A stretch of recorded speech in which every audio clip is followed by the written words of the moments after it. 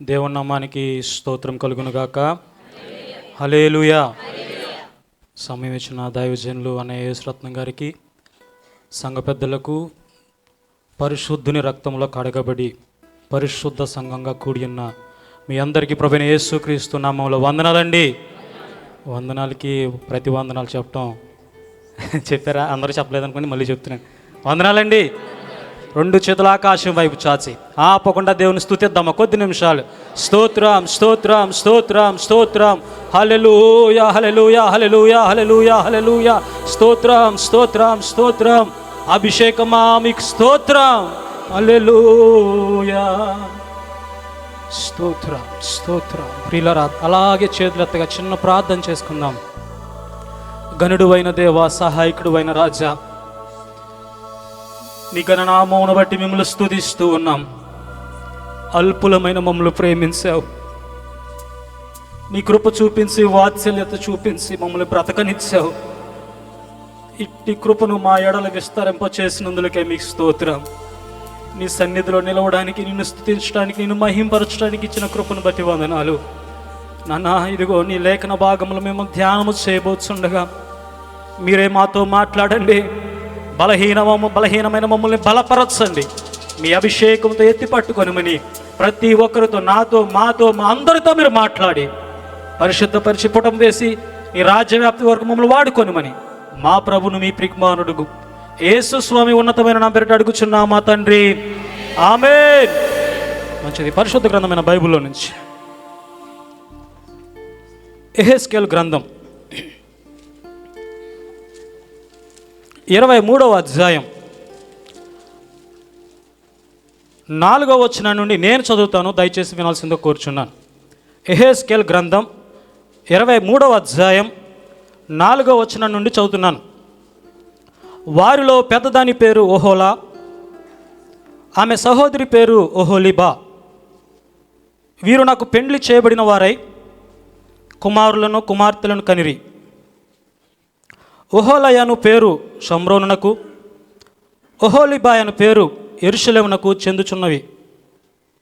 ఓహోల నాకు పెండ్లి చేయబడినను వ్యభిచారము చేసి తన వీట కాండ్రం మీద బహుగా ఆశ పెట్టుకుని ధూమ్ర వర్ణములు గల వస్త్రములు ధరించుకున్న సైన్యాధిపతులను, అధికారులను, అందము గల యవనులను, గొర్రము లెక్కు రౌతులను అగు అశ్షూరు వారిని మోహించెను. అది కాముకురాలు రీతిగా అశ్షూరు వారిలో ముఖ్యులకు వారందరి ఎదుట తిరుగుచు వారందరితో వ్యభిచరించుచు వారు పెట్టుకొనిన విగ్రహములన్నిటినీ పూజించుచు అపవిత్రురాలాయను. 11వ వచనం. దాని చెల్లెలైన ఓహోలిబా దానిని చూచి కామకత్వమందు దానిని మించి అక్క చేసిన జారత్వముల కంటే మరి ఎక్కువగా జారత్వము చేసెను. ప్రశస్త వస్త్రములు ధరించిన వారును, సైన్యాధిపతులను, అధికారులను, గుర్రములకు రౌతులను, సౌందర్యము గల యవ్వనులను అగు అశ్షూరు వారైన తన పొరుగు వారిని అది మోహించెను. అది అపవిత్రులాయనని వారిద్దరును ఏకరీతిగానే ప్రవర్తించుచున్నారని నాకు తెలిసెను. సరిపోతుందండి. మీరందరూ నా ముఖం చూడండి. దయచేసి బైబిల్ మూసేయండి, నా ముఖం చూడండి. అవసరమైనప్పుడు చెప్తున్నప్పుడు తిరిగి కానీ. హల్లెలూయా హల్లెలూయా. ప్రియులారా, ఈ లేఖనాన్ని వివరకు ముందు భార్య భర్తతో ఎలా ఉండాలి, భార్య భర్తతో ఎలా ఉండాలి. భార్య విధేయురాలై ఉండాలంట భర్తకి. భార్య ప్రేమతో మలుచుకోవాలంట భర్తతో. భార్య విశ్వాసం కలిగి ఉండాలంట భర్త ఎదుట. భార్య నమ్మకమైనదిగా ఉండాలట. ఇట్టివి ఏవైనాను లేకపోతే భర్తకు రోషం వస్తుంది, అంటే కోపం వస్తుంది. భార్య వెలిచూపులు చూస్తే, భార్య పక్కదోవలు నడిస్తే, భార్య వ్యభిచారపు తలంపులతో ఉంటే, క్షమించాలి, కఠినంగా ఉంటాయేమో మాటలు, నన్ను క్షమించండి. అలాంటి పరిస్థితులు కనుక భార్య నిలిస్తే భర్తకు రోషం వస్తుంది. ఆ రోషము చేత భార్యను వాడు ఏలుకోడు. బుద్ధిమంతుడైతే పరిత్యాగ పత్ర ఇచ్చేసి వదిలేస్తాడు. బుద్ధిహీనుడైతే కొట్టి చంపేస్తాడు. ఇది సహజంగా జరుగుతున్నటువంటి పరిస్థితులు. భార్య ఎలా ఉండాలి? పవిత్రంగా ఉండాలి. భార్య ఎలా ఉండాలి? ప్రత్యేకింపబడినదిగా ఉండాలి. తన భర్త కొరకే జీవించినదైనట్టు ఉండాలి. అలాగని భర్త వేరే ద్రోవలో వెళ్ళాలని నా ఉద్దేశం కాదు. భార్యాభర్తలు ఏక శరీరంగా చెప్తున్నాను. అటు భర్త అయినా అటు భార్య అయినా ఎప్పుడు కూడా ఒకరిని హత్తుకునే ఉండాలి. అపవిత్రమైన తలంపులు, అపవిత్రమైన ఉద్దేశములు, కామకత్వపు ఆలోచనలు, వ్యభిచార సంబంధమైన క్రియలు, ఆలోచనలు, క్రీడలు వారిరువురి మధ్యన ఉండకూడదు. ఇది భార్యాభర్తలకు దేవుడు నియమించిన కట్టడ.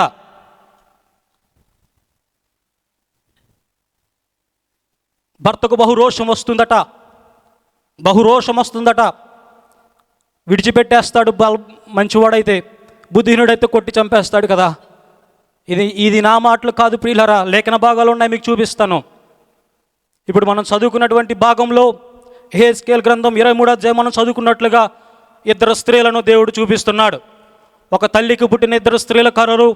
ఒక దాని పేరు ఓహోలా, ఇంకొక దాని పేరు ఓహోలీబా.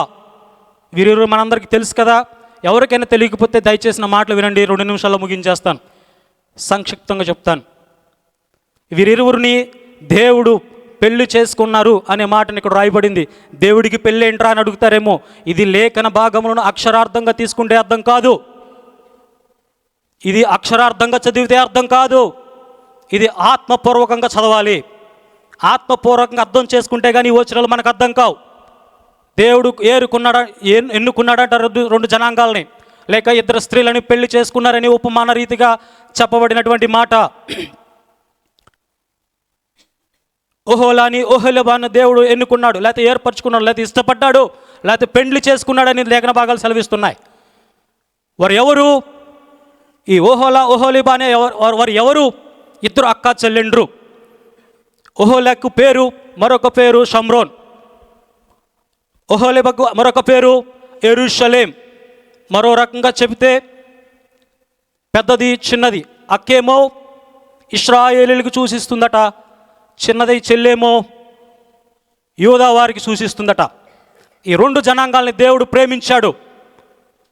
వారి మధ్య ఉన్నటువంటి ప్రేమను బట్టి, వారికి ఉన్న అనురాగాన్ని బట్టి భార్య భర్తలుగా దేవుడు వర్ణించి చెప్పాడు. షమ్రోన్ లేక ఓహోలాగా పిలువబడుతున్నటువంటి పెద్దదైనటువంటి అక్క దేవుడు ఇష్టపడ్డాడు కదా, దేవుడు ప్రేమించాడు కదా, దేవుడు కోరుకున్నాడు కదా. కోరుకున్నట్లుగానే ఉండి పిల్లలను కనింది, కుమార్తెలను కనింది. కనిన తర్వాత అది కాముకురాలై కామకత్వంతో తన కండ్లు మూసుకొని పోయి ప్రతి చెట్టు కింద, ప్రతి పుట్ట మీద, ప్రతి ఎత్తు మీద, ప్రతి పల్లములో అది వ్యభిచరిస్తూ కామపు క్రీడలను కొనసాగిస్తూ వస్తుంది. మనం అనుకున్నాం ఇహలోక సంబంధమైన భర్తకు కోపం వస్తే దాన్ని చంపివేస్తాడు తప్పు పనులు చేస్తే. అంతకంటే ఘోరమైన పనులు ఈ షమ్రోన్ పట్టణం చేస్తుంది, లేక ఇశ్రాయేలీలు చేస్తున్నారు. ఆయనను దేవుడు వాటిని శిక్షించి మరలా శిక్షించకూడదని ప్రేమతో దాన్ని పిలుస్తూ ఉంటాడు. మనం తర్వాత తెచ్చుకుంటాం. అయితే ఇది భౌఘోరంగా తన వేట కాండ్ర మీద ఆశ పెట్టుకున్నట్లుగా లేఖన భాగాలు సెలవిస్తున్నాయి.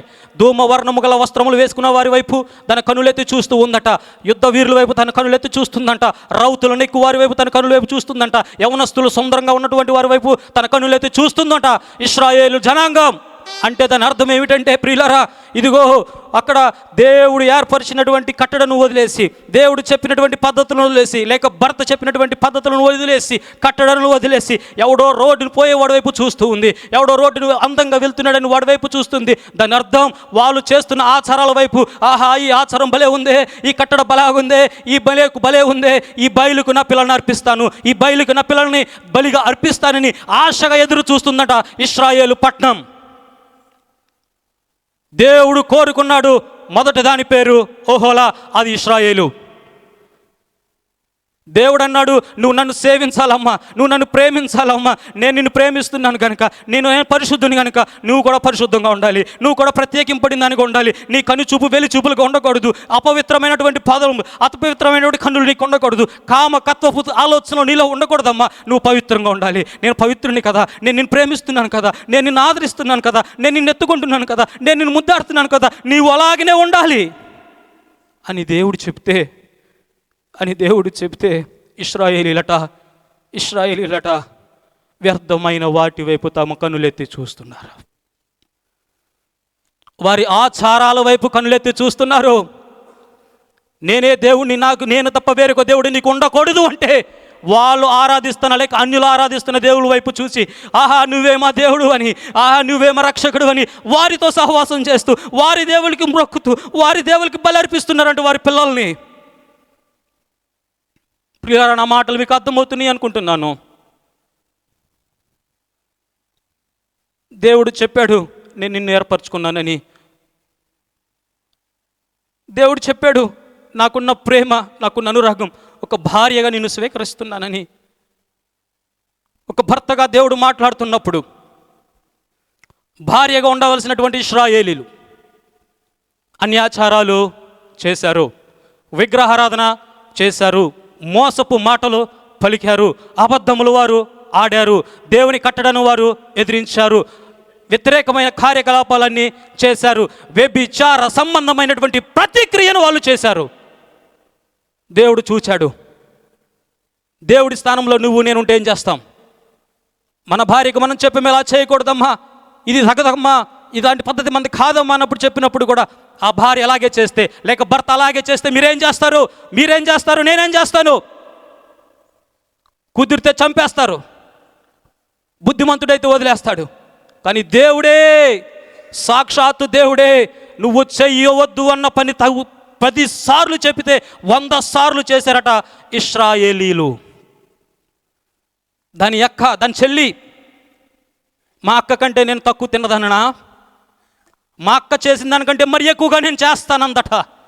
అది మరి ఎక్కువగా విశ్వాసఘాతుకురాలైనట్టు లేఖన భాగాలు తెలియజేస్తున్నాయి. ఎవరు? యూదా జనాంగం. ఎవరు? ఓహోలిబా. ఎవరు? యెరూషలేము పట్టణంగా వర్ణించబడినటువంటి వారు. అంతకంటే కామకత్వపు క్రీడలు చేస్తున్నారు ఈ యూదా వారు. వీరిరువురు ఎవరు? దేవుడు ఏరుకున్నటువంటి, దేవుడు ఎంచుకున్నటువంటి, దేవుడు ప్రత్యేకించబడినటువంటి, తన భార్యలుగా స్వీకరించబడినటువంటి జనాంగం.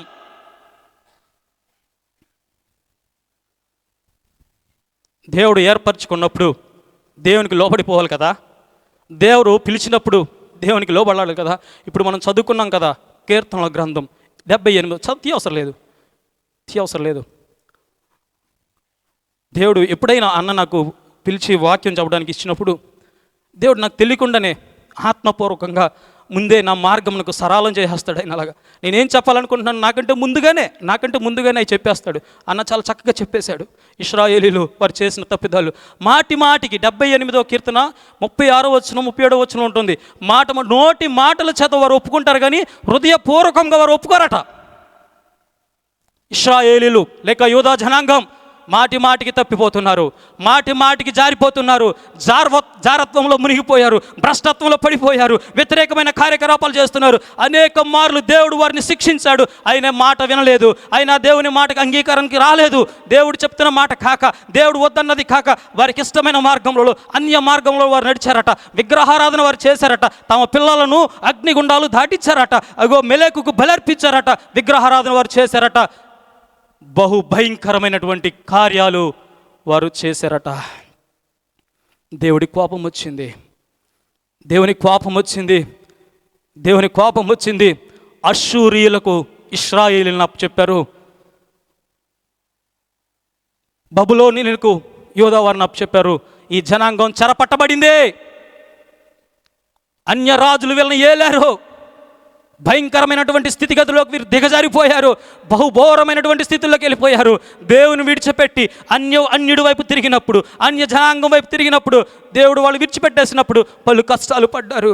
అయ్యో మా పరిస్థితి నా భర్త దగ్గర ఉన్నప్పుడే బాగుంది కదా, నన్ను ఏరుకుని నన్ను కొన్నటువంటి నన్ను ప్రేమించినటువంటి నా భర్త దగ్గరే నా స్థితిగతి బాగుంది కదా, నేను ఎందుకు ఇలాగ మగ్గిపోతున్నాను, నేను ఎందుకు ఇంత ఘోర స్థితిలోకి జారిపోయాను, ఎందుకు ఇంత భ్రష్టత్వంలోకి దిగిపోయానని వారు కన్నీరు మున్నీరై కారుస్తున్నప్పుడు దేవుడు మరలా వారిని చూసి మరలా వాళ్ళని క్షమించాడు. మరలా తప్పు చేశారు, మరలా క్షమించాడు, మరలా తప్పు చేశాడు, మరలా శిక్షించి క్షమిస్తున్నాడు. ఇవన్నీ ఉండకూడదని ప్రతిసారి వారిని శిక్షించడానికి మనసు రాక మనమైతే ఒక్కసారిగా వారిని చంపేస్తాం కదా, మనమైతే ఒక్క మాటలోనే మనకి తెగదెంపులు తెంచేసుకుంటాం కదా. దేవుడు అలా కాదు. ఎన్నిసార్లు వారు తప్పు చేసినా, ఎన్నిసార్లు అన్యాయంగా ప్రవర్తించినా, ఎన్నిసార్లు అవహేళన చేసినా దేవుడు వారిని శిక్షించి మరలి ప్రేమించి మరలా పిలుస్తున్నాడు. వారు మరలా వస్తున్నారు. నోటి మాట చేతనే దేవుని స్తుతిస్తున్నారు, కానీ హృదయాంతర భాగముల నుండి దేవుని స్తుతించడం లేదట. క్లియరా? నా మాటలు మీకు అర్థమవుతున్నాయి అనుకుంటున్నాను. ఆ ఇద్దరు భార్యలు చేస్తున్నటువంటి పరిస్థితి గురించి మనం మాట్లాడుకుంటున్నాం. దేవుని ఎదుట వారు ప్రవర్తిస్తున్న ప్రవర్తనను మీకు తెలియచేస్తున్నాను. ఎంత భయంకరం, ఎంత ఘోరం అది. రోషం కలిగిన దేవుడు మన దేవుడు, భయంకరుడు మన దేవుడు. ఆయన కోపం నిమిషం మాత్రం, ఆయన వాత్సల్యత నిరంతరం ఉంటుంది. అంతగా ప్రేమించి, అంతగా దగ్గరికి తీసుకుని మరలా తప్పు చేస్తుంటే మరలా దగ్గరికి తీసుకుంటున్నాడు దేవుడు.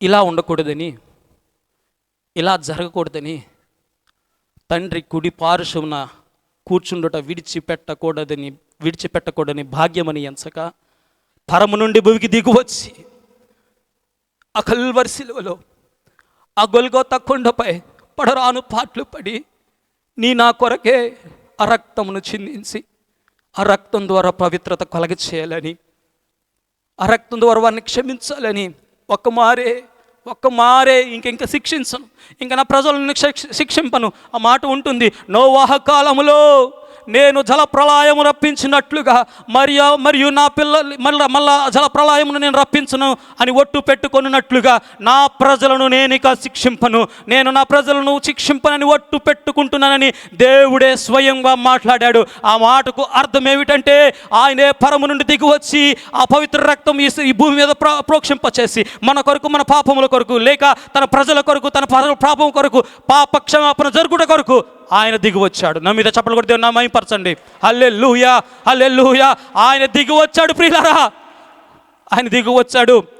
ఆయన కోరుకున్నటువంటి జనాంగాన్ని విడిపించడం కొరకే ఆయన దిగి వచ్చాడు. దిగి వచ్చి ఆ పాప క్షమాపణ కొరకే ఆ రక్తాన్ని చిందించాడు. ప్రియులారా, పరిశుద్ధ గ్రంథం బైబిల్ తీయండి, ఒక వచనం చూపిస్తాను మీకు. సంఖ్యాకాండం 5వ అధ్యాయం 16వ వచనం, 17వ వచనం.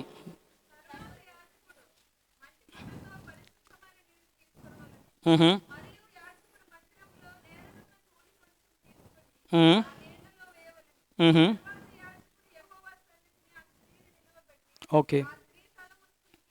Mm-hmm. Mm-hmm.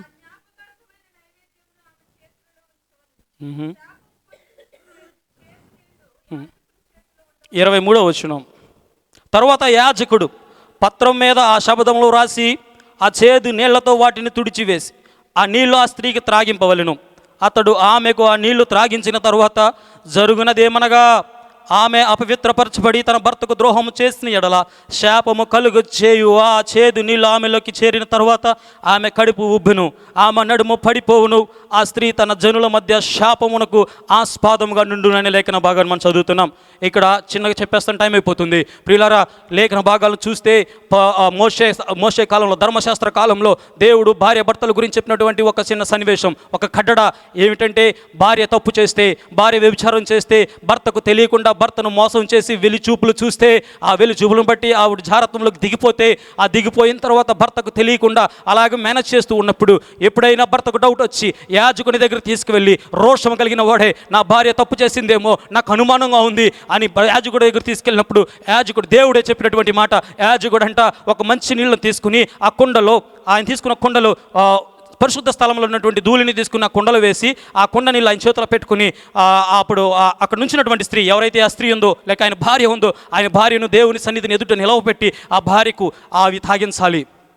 అవి తాగించినప్పుడు ఏం జరుగుతుంది, ఆ తాగించడానికి ముందు ఆ శబ్దములు ఏదైతే రాశాడో ఆ పలక మీద, ఏ పేపర్ మీదో, ఏ లేఖనం మీద రాశారో అవన్నీ కూడా ఆ నీళ్ళతో కడిగి వేసి ఆ నీళ్లు ఆవిడికి తాగించాలి. ఆవిడికి తాగించిన తర్వాత ఏమవుతుంది, ఒకవేళ ఆవిడ తప్పే చేస్తే కడుపు ఉబ్బిపోయి ఆమె నడుము జారిపోయి ఆ జనుల మధ్య శాపముకు ఆస్పదంగా మారాలి. ఒకవేళ తప్పు చేయకపోతే ఆ నీళ్లు ఆవిడలోకి వెళ్ళినా, ఆ చేదైన నీరు ఆవిడలోకి వెళ్ళినా ఏమీ కాదు, పవిత్రాలవుతుంది. అక్కడ ఉన్నటువంటి ఆ సన్నివేశం నుంచి ఆవిడ విడుదల చెందుతుంది. ఇది ఒక కట్టడ. అయితే ప్రియులారా వినాలి, ఇది దేవుడు నియమించిన కట్టడ. శాపముతో కూడినటువంటి నీళ్లు తాగాలి. పాపము చేసినప్పుడు, భార్య పాపము చేసినప్పుడు శపితమైన నీళ్లు తాగాలి. మాటి మాటికి తాగడానికి అవడం లేదు. మాటి మాటికి తన ప్రియులను, తన కుమారులను, తన భార్యలుగా పిలువబడుతున్నటువంటి బిడ్డలకు ఆ శపితమైన నీళ్లు తాగించడానికి అవడం లేదు. దేవుడే పరము నుంచి దిగి వచ్చి నీవు తాగవలసిన ఆ శాపపు నీళ్లు, మనము తాగవలసినటువంటి ఆ శాపపు నీళ్లు చేగు చిరకను ఆయన తాగాడు. ఆయన నీ కొరకు తాగాడమ్మా నీళ్లు. మరలా అవకాశం ఇస్తున్నాడు. మరలా పడిపోతున్నారేమో, మరలా జారిపోతున్నారేమో, భ్రష్టత్వంకి దిగిపోతున్నారేమోనని తన ప్రజల కొరకు ఆయన ఏం చేశాడంటే ఆ చేదు చిరకును ఆయన త్రాగి, ఆయన రక్తం చేత ఆ శపితములు ఏవైతున్నాయో అవన్నీ తుడిచివేసి నీవు నేను నిలవబడవలసిన స్థలంలో ఆయన నిలవబడి మళ్ళందరినీ పాప విముక్తులుగా చేశాడు. చప్పట్లు కొడితే నా మహిమపరుస్తావా? ఎన్ని తప్పులు చేస్తున్నప్పటికీ ఈ పాపములు క్షమించబడగల కారణం ఏంటో తెలుసా? ఆ కల్వరి నాథుడు ఆ పరము నుండి దిగివచ్చి నా కొరకు అన్యాయపు తీర్పు పొంది ఆ గొల్గొతా సిలువ ఆ కొండపై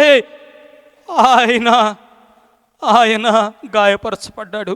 అది చేదు చిరకును ఆయన త్రాగాడు. ప్రియులారా, ఫినెహాస్ గురించి మీకు తెలుసు కదా. మిద్యాని స్త్రీతో ఒక ఇశ్రాయేలుడు వెళ్తే, పాపం చేయడానికి వెళ్తే, ఫినెహాసు లేచి ఈటని తీసుకుని బల్లెపొట్టు ఒక్కటి పొడిస్తే వారు డొక్కుల నుండి దూసుకుని వెళ్ళిపోయిందట. అలా దూసుకుని వెళ్లకుండా ఉండాలి అంటే ఎవరో ఒకరు బల్లెపు పోటు తినాలి. ఆయనే నా తండ్రి అయిన దేవుడు నీ కొరకు నా కొరకు బల్లెపు పోటు పొడిపించుకున్నాడమ్మా. ఆయన డొక్కల నుంచి బల్లెపోటు వెళ్ళిపోయింది. అలా శాపమునకు నువ్వు ఆస్పదంగా ఉండకుండా ఉండాలని, నీ పాపముల చేత నువ్వు కట్టబడకుండా ఉండాలని, విడిపించాలని, విడుదల చేయాలని ఆనాటి ఆ జనుల కొరకే ఎలాగూ తన పాపములు క్షమించడానికి ఎలాగూ తీర్మానం తీసుకున్నాడో అదే దేవుడు నేటికి సజీవుడై ఉన్నాడు. నా కొరకే ఆయన దిగి వచ్చాడు. ఆ పాప క్షమాపణ కొరకే ఆ కల్వరి రక్తము మన కొరకు చిందించబడింది. ఆ శపితమైన చేదును ఆయన మృంగాడు. ఆ బల్లెపు పోటును ఆయన పొడిపించుకున్నాడు. ఆ స్థానంలో నిన్ను ఉండకుండా చేసి, నిన్ను తప్పించి, తప్పు నువ్వు చేసినప్పటికీ, తప్పు నేను చేసినప్పటికీ మనం అనుభవించవలసిన శిక్షను ఆయన అనుభవించి, నువ్వు తప్పుకో, ఆ తప్పు కూడా నేనే శిక్షణ అనుభవిస్తాను, నువ్వు తప్పుకో నా ప్రియుడా, నువ్వు తప్పుకో నా ప్రియురాలా, నా ప్రియురాలు నువ్వు తప్పుకో, నువ్వు భరించలేవు, నువ్వు వాటన్నిటికీ నువ్వు నిలవలేవు, నేను నిల్చుంటా నీ కొరకు, నేను నిలబడతానమ్మా, నేను నిలబడతాను. నేను ఇన్నిసార్లు నిన్ను అవమానం గురిచాను, ఇన్నిసార్లు నిన్ను నిందించాను, ఇన్నిసార్లు నిన్ను శిక్షించాను, నీ కొరకు నేను నిలబడతాను. ఆయన నిలబడ్డాడు. ఆ శాపాన్ని ఆయన మోసాడు, ఆ చిరకును ఆయన తాగాడు, ఆ బల్లెపొట్టు ఆయన పొడిపించుకున్నాడు. అయితే ఇట్టి కార్యములు చేసిన దేవుడు మనల్ని ప్రేమిస్తున్నాడు. ఎన్నిసార్లు పడిపోయి ఉంటాం మన జీవితాల్లో, ఎన్నిసార్లు ఆయనకి వాగ్దానములు చేసి వాగ్దానములు నెరవేర్చకుండా తప్పిపోయి ఉంటాం. ప్రభువా, ఈ సంవత్సరం స్టార్ట్ అయింది, 2025 స్టార్ట్ అయింది కదా, ఇప్పటికి 4 వారాలు జరిగింది. ఈ 4 వారాల్లో నేను పవిత్రంగా జీవించాను అన్న వాళ్ళు చేతులు ఎత్తండి. నేను ప్రత్యేకించబడిన వాటిగా ఉన్నాను చేతులు ఎత్తండి. దేవునికి స్తోత్రం. 1 2 3 4 5 6 7 8 ఒక్క మాట అయినా, ఒక్క చూపైనా, ఒక ఆలోచన అయినా దేవునికి వ్యతిరేకంగా నేను చేయలేదన్నవారు హల్లెలూయా, హల్లెలూయా, హల్లెలూయా. దేవునికి స్తోత్రం అమ్మ. దేవుడు మిమ్మల్ని దీవించును గాక. ఇలాగనే స్థిరులై ఉండండి. మరి మిగతా వారి పరిస్థితి ఏమిటి? కొత్త సంవత్సరం అయి 4 వారాలు కాక ఉనిపే తప్పిపోయావే. కొత్త సంవత్సరం జరిగి 4 వారాలు కూడా నిన్నకుండానే మారిపోయావే. ఏదో తీర్మానం తీసుకునే ఉంటావు కదా, ప్రభువా ఈ సంవత్సరం ఇలాగ ప్రత్యేకింపబడిన వాడిగా ఉంటానయ్యా, ఈ సంవత్సరం నీ కొరకు ప్రత్యేకింపబడిన దానిగా ఉంటానయ్యా, పవిత్రంగా జీవిస్తానయ్యా, వ్యతిరేకంగా ఆలోచించను, పాపపు క్రియలు చేయను, ఇదిగో విగ్రహారాధన నేను చేయను. విగ్రహారాధన అంటే మనకు తెలుసు, అది ప్రత్యేకంగా నేను చెప్పనవసరం లేదనుకుంటున్నాను. విగ్రహారాధన నేను చేయను, బలిగా అర్పించినవి నేను తిన్నో, నేను పవిత్రంగా బ్రతుకుతానని తీర్మానం తీసుకునే ఉంటాం. తీసుకున్న తీర్మానం నిలబెట్టుకున్నావా? చాలా కొద్ది మంది నిలబెట్టుకున్నాం. నిలవ పెట్టుకొని వారి పరిస్థితి ఏమిటి? ఒకవేళ దేవుడు ఇప్పుడే ఈ కూట ముగియంగానే దేవుడు బయటకు వచ్చి నా కొరకు ఏర్పరచబడినటువంటి వారులారా రండి అని పిలిస్తే చేతులు ఎత్తిన వారే వెళ్తారు, చేతులు ఎత్తని వారి పరిస్థితి ఏమిటి? అలాగ ఉండిపోతావా? బుద్ధి లేని కన్యక వలె అలాగ నిలిచిపోతామా? ప్రభు ఇంకొక ఛాన్స్ ఇవ్వమంటావా? ప్రభు ఇంకొక అవకాశం ఇవ్వమంటావా? ప్రభు ఇంకొకసారి నన్ను దర్శించమంటావా? అలా జరగదు. ఎందుకు? పరము నుండి దిగి వచ్చిన దేవుడు నీ కొరకు ప్రాణం అర్పించి ఆ రక్తాన్ని ప్రోక్షించి ఆ ప్రోక్షంలో నీ పాపములు కడిగి ఇప్పటి వరకు అవకాశాలు ఇస్తూనే వచ్చాడు. చివరి పిలుపు వచ్చినప్పుడు మరలా అవకాశం ఉండదు నాన్న. అమ్మా, చేతులు జోడించి చెప్తున్నాను, తీర్మానం తీసుకున్నావేమో ఆ తీర్మానం ప్రకారం జీవించు.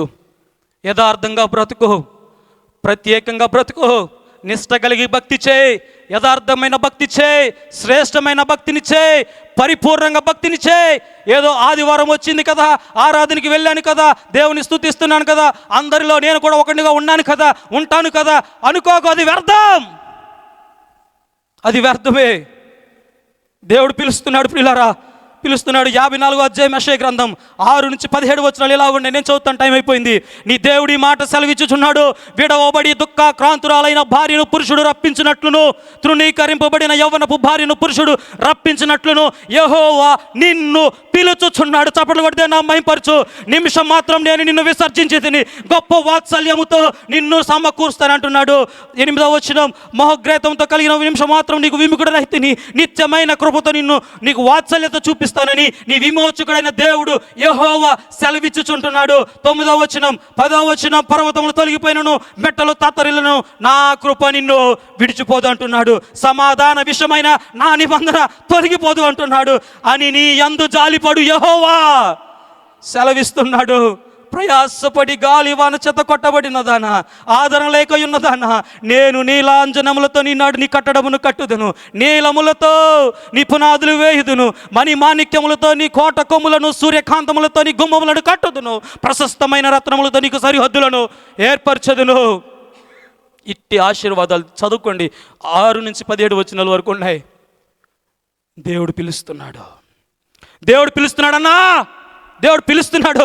ఎందుకు ఇలాగ చెప్తున్నానంటే, దేవుడు నన్ను దర్శించాడు. మాటికి ఇదే చెప్పమని, ఇదే వాక్యం చెప్పమని ప్రేరేపించాడు కనుక ఇంతసేపు అరిచి చెప్తున్నాను. ఏమో రేపు ఏమి జరుగునో మనకు తెలియదు, ఎంతమంది ఇక్కడ నిలుస్తామో మనకు తెలియదు.